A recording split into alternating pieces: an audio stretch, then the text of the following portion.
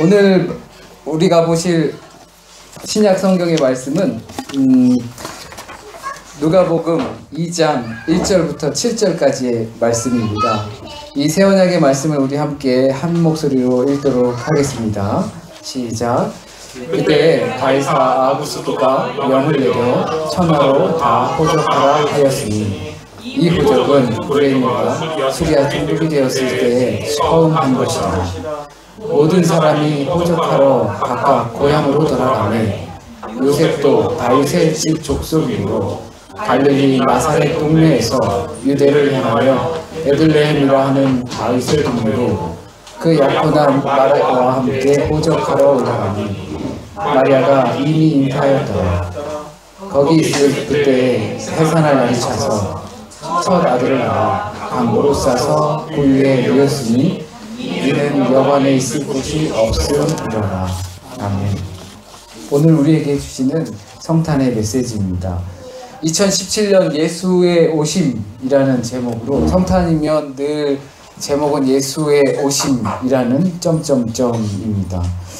지난 대림절 기간 동안 우리는 준비를 해요. 그리고 하나님의 위로는, 하나님의 뜻은 은혜 받은 자여 라는 제목들로 주님 오심을 준비한다는 것은 과연 무엇인가 말씀을 보았습니다. 물론 다 기억하시지는 못하시겠지만 전체적인 흐름 중에 하나는 전복되어지는 것입니다. 먹는 전복이 아니라 뒤집히는 사건입니다. 그리스도인으로서의 시작의 준비는 내가 추구하고 의지하는 세상 그것들의 붕괴로부터 시작하는 것이고, 하나님의 위로는 인간적인 심리적인 대안 없는 위로가 아니라 탈출구와 방법을 제시하는 위로이며, 하나님의 뜻은 우리가 기뻐 감사하며 기도하는 것이라는 사실입니다. 이렇게 인간으로서의 어떤 권한 같은 것을 박탈당했을 때에 영적인 인간은 은혜를 받았다라는 우리의 생각과는 다소, 아니 어쩌면 완전히 다른 뒤집힘의 삶이 시작되는 것이 바로 성탄이고 대림절의 시작입니다. 그래서 구주 태어나심도 일종의 전복입니다. 그런데 요즘 시대는 그것을 다시 전복시켜버린 것이 아닌가 생각이 듭니다. 많은 사람들이 메시아를 떠올리고 살아가려고 할 때, 메시아, 우리의 구주, 구세주 할 때 왕과 같은 용감한 자가 세상을 다시 뒤집지 않을까 생각을 하였으나, 아기 예수는, 메시아는, 우리의 구주 아기 예수는 마국간에 천한 곳에 태어나셨습니다. 우리의 생각을 완전히 뒤집는 사건이 바로 아기 예수 구주로 태어나심입니다. 그런데 요즘은 오히려 그거를 다시 뒤집으려고 하는 것 같습니다. 성탄을 맞아 많은 사람들이 분주했습니다. 이것저것 사고 꾸미고 준비하느라 많이들 바쁘셨을 겁니다. 그러나 문득 시장을 돌아다니며 사람들을 보다가 생각이 든 것이 있습니다. 이 사람들 어쩌면 아기 예수가 이 땅에 태어나지 않았어도 어느 한 날을 잡아서 이렇게 명절을 삼았겠지라는 생각입니다. 그러면서 떠오르는 노래가 하나 있었습니다. 왜 태어났니? 아이들이 과거에 친구들을 놀릴 때 생일날 장난삼아 왜 태어났니? 왜 태어났니? 얼굴도 못생긴 게 왜 태어났니? 저는 그런 이야기는 못 들어봤지만 그렇게 농담삼아 하는 이야기가 떠올랐습니다. 예수님 왜 태어나신 걸까라는 생각이 문득 들었습니다. 그것을 더 깊이 있게 느끼게 된 건 사람들의 오가는 인사입니다. 그들의 인사는 쉐네 파이어타게 해피 홀리데이 이거였습니다. 여기에는 예수와 관련된 아무런 흔적도 없는 인사입니다. 그냥 명절이 돼서 파이어탁을 즐길 수 있게, 예수님 덕분에 마요카도 갈 수 있고, 예수님 덕분에 가족이 모일 수도 있고, 뭐 겸사겸사 이렇게 돼버린 것입니다. 정말로 아기 예수의 탄생이 없었어도 한 날을 잡아서 분명히 즐겼을 것 같습니다. 그래도 가족이 모였을 것이고 즐거운 시간들을 보냈을 겁니다. 주인공이 빠져도 그렇게 했을 것입니다. 아기 예수 탄생의 참 의미는 남아있지 않는 것 같아 보여서 참 마음이 아팠습니다. 그럴수록 우리는 이 무렵에 우리가 왜 바빠야 하는지, 무엇으로 바빠야 하는지 다시 한번 되새겨야 합니다. 그냥 바쁘기만 하다간 본질을 잃어버리기 쉽습니다. 그렇다면 교회의 시작인 이 시점, 소위 말하는 첫 단추를 잘못 끼우는 격이 되는 것입니다. 작년에는 서로가 여기 있지만 가끔 네 얘기도 한단다, 설교할 때. 잘 몰랐어요. 그래서 근데 이번에는 좀 계속 생일 얘기를 입에 달고 살더라고요. 생일, 아빠 생일 지나면 엄마 생일, 엄마 생일 지나면 자기 생일. 생일. 왜냐하면 선물 받는 것 때문에 그렇더라고요. 이번에 또 성탄절 선물 이야기를 또 입에 달고 살았습니다. 그래서인지 산타 할아버지가 언제 오냐고 대림절이 시작할 무렵에 물었습니다. 그래서 제가 그랬어요. 산타 할아버지는 오시지 않아. 왜 안 오셔요? 라고 질문을 했습니다. 제법 논리적이 됐어요. 그래서 왜냐하면 산타 할아버지는 돌아가셨거든. 그러면서 쭉 이런저런 이야기를 했습니다.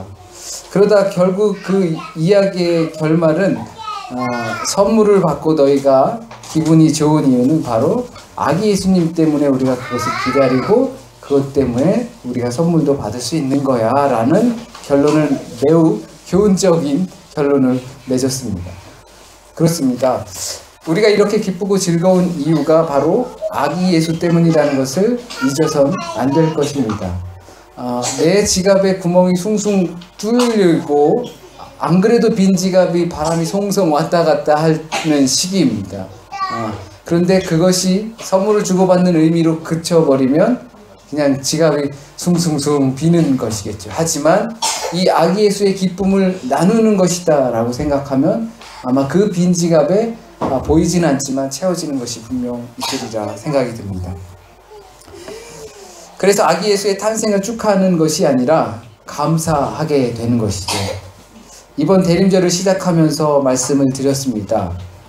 우리가 보내는 이 시기는 어쩌면 지금 현재 고요하지도 않고 거룩하지도 않고 아기야기 잘도 잘 수 없는 상황에 아기 예수께서 어쩌면 조산하셨을지도 모르겠다 라는 생각입니다.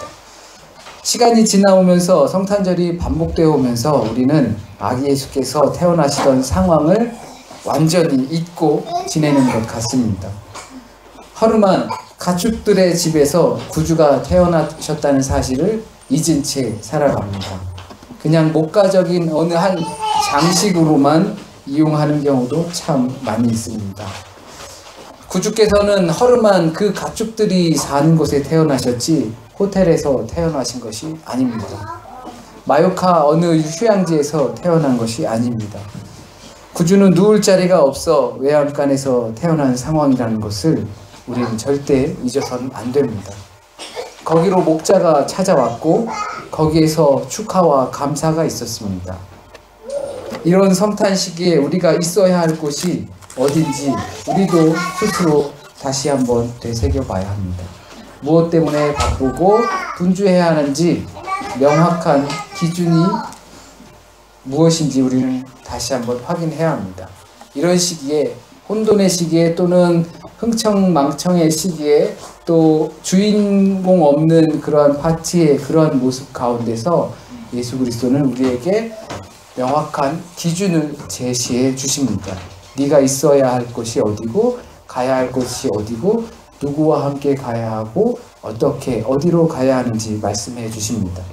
혹시 성탄 시장에 있는 외양간의 그 성가족이 소외되고 있지는 않을까? 시장 사람들이 외양간의 그 성가족에게 정말로 감사하고 있을까? 그렇다면 어떤 감사를 드릴까? 덕분에 돈도 많이 법니다. 이 시기에 사람들이 그런데 경제가 안 좋아졌는지 돈을 많이 안 쓰네요. 이런 이야기를 할까요? 덕분에 보너스도 받고 연말에 참 좋습니다. 덕분에 휴가도 보내고 아주 좋습니다. 덕분에 가족들이 오랜만에 모였습니다. 라는 정말 의미 있는 일들입니다. 이런 일들도 당연히 우리의 인생 가운데 의미 있는 일입니다. 소중한 것입니다. 하지만 이런 것들은 모두 2차적인 것들이라는 것입니다. 표면적인 것들입니다. 1차적인 것은 당연히 우리의 죄를 속하시어 구원하시니 기쁘지 않을 수 없습니다. 우리가 이 시기에 기쁘고 또 분주하고 참 의미를 찾는 것은 우리의 죄를 속하시어 기쁘다는 사실입니다. 요즘 같은 시대에 정확한 가치관과 삶의 기준이 없는 시대에 아기 예수의 오심은 우리에게 갈 길을 알려주시는 것입니다. 그래서 감사한 것입니다. 어디로 가야 하는가? 어떻게 가야 하는가? 누구와 가야 하는가? 어디에 있어야 하는가? 고민되지만 아기 예수의 탄생은 그런 우리들에게 명확한 길을 제시해 주십니다. 우리의 길을 비춰 주십니다. 우리의 가야 할 바를 알게 하십니다. 누구와 동행하며 누구의 벗이 되어야 하는지 알게 하십니다. 무엇이 고요하고 거룩한 것인지 알게 하십니다. 예수를 구주로 믿고 살아가는 저와 여러분에게 확실한 기준이 되십니다. 비진리와 타협하고 심지어는 하나님을 대적하는 것들과 부적절한 관계를 맺고 살아갈 수도 있는 우리에게 예수의 오심은 우리의 사랑과 열정을, 에너지를 어디에 쏟아야 할지를 알게 하시기 때문에 감사합니다. 그것이 성탄의 참 의미라 생각합니다. 우리는 예수를 믿고 우리의 죄를 속함 받았고 또 우리는 구원함을 얻었습니다. 그 사실은 우리에게는 이미 베이스로 있는 사실입니다. 그러나 매년 다가오는 성탄을 우리는 어떻게 보내야 할 것인가, 그 의미를 우리는 어떻게 찾아야 할 것인가 할 때에 바로 오늘 우리가 함께 나눈 말씀 가운데 있으리라 생각이 됩니다.